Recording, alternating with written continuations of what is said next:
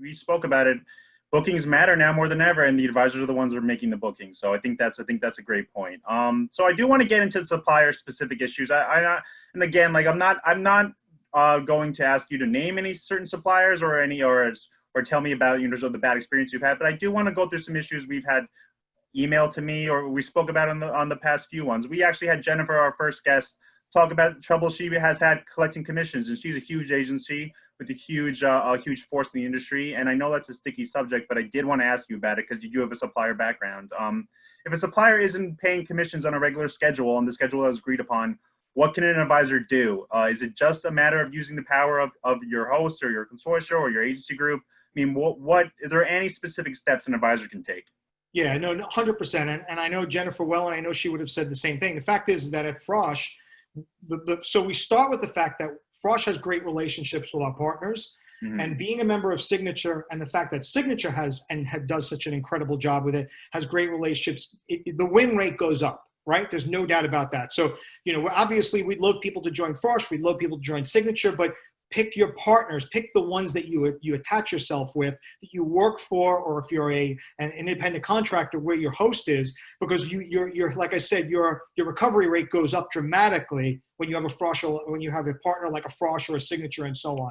But there's no doubt that what I would do is you have to know what's outstanding. So you got to have a list of what's out there. You got to also know if the client traveled, B, when you should have received that commission, and C, put a trail to say, okay, I need to be chasing it and tracking it. The first thing I always say is pick up the phone, make a call, right? Hey, where's my commission? It's been 30, 60, 90, 120 days. Here's the booking. Here's the information. When am I going to receive it?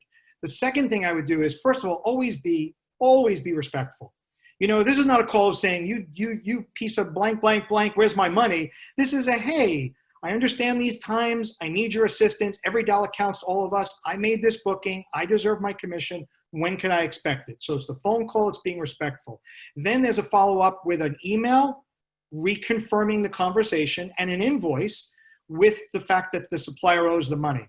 I would then track it. I'd put it in my calendar, give it a week or 2 weeks and say, look, if I haven't received the check-in, I then call the vendor again and I send another email and invoice. The squeaky wheel, we have absolutely learned, the squeaky wheel gets the money. The fact is you're not going to get it every time, but if you do nothing, you're not going to get anything. And if you do it all the time, you got a chance of getting something. My mom always said to me, if you don't ask, you don't get. And the fact is we have to be proactive about asking for our commissions. What I would do then, it becomes an escalation process. If you have a good relationship, you escalate it to the BDM, you escalate it to the executive, when I think about best practices, I look at like a Marc Conroy at Silversea. I look at a Jason Montague at Regent. I look at a Carmen Roy at Crystal, where when you call them and you say, hey, something's going on, but I need your help, they jump on it and they make it happen when it comes to commissions. And then, of course, like I said, you get the consortium involved at the next level. You have to keep working it up, ratcheting it up, and you cannot leave it alone. You're due that money, you should collect that money, and you should let the supplier partner know you're due that money and you're not going to give up. So I would just keep at it and keep at it and keep at it. Yeah, and I do want to mention that I think advisors don't realize how much power they have as a community, as a force themselves. I mean, we spoke a few times during these sessions about sort of the power of the advisor group. I mean, we saw what Astis accomplished the last couple of months.